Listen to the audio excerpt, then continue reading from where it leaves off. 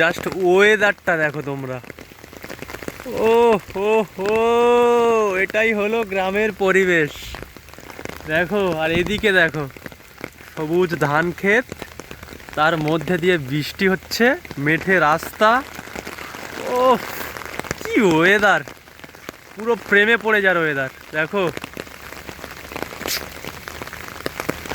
এই ওয়েদারটা একমাত্র তারাই বুঝবে যারা গ্রামে বসবাস করে। দেখো একদম নিস্তব্ধ, শুধুমাত্র বৃষ্টির আওয়াজ, কোনো গাড়ি নেই, কোনো পলিউশন নেই। দেখো ওই সাইডে বৃষ্টিটা হচ্ছে দেখো, আর তার মাঝখানে আমি ছাতা নিয়ে দাঁড়িয়ে আছি। এই দেখো ও হো হো, কি অবস্থা দেখো বন্ধুরা, দেখো তার মাঝখানে আমি ছাতা নিয়ে দাঁড়িয়ে আছি। উফ কি ওয়েদার।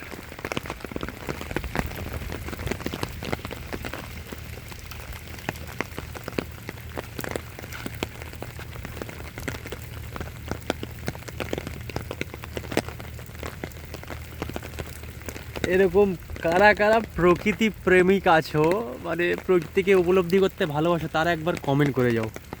উফ সত্যি অসাধারণ। বৃষ্টিটা হালকা থেমে গেল, আমার গাড়িটাও ভিজে গেল।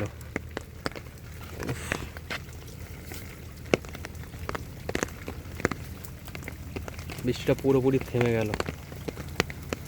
আজকে এইটা উপলব্ধি করব বলেই আমি এসছি, আর উপলব্ধি করেই বাড়ি যাব। দেখো বন্ধুরা, দেখো উফ, এই মেঘটাকে কেমন লাগছে দেখো, এই মেঘটা। আর ওই দিক থেকে একজনা ভিজতে ভিজতে আসছে মানে সাইকেল নিয়ে।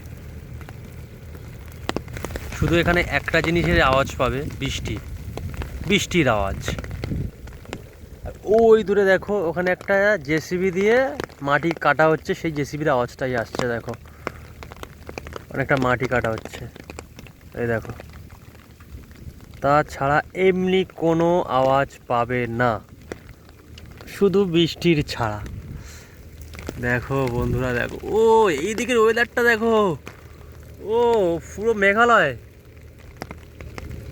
আছি এখন আমি।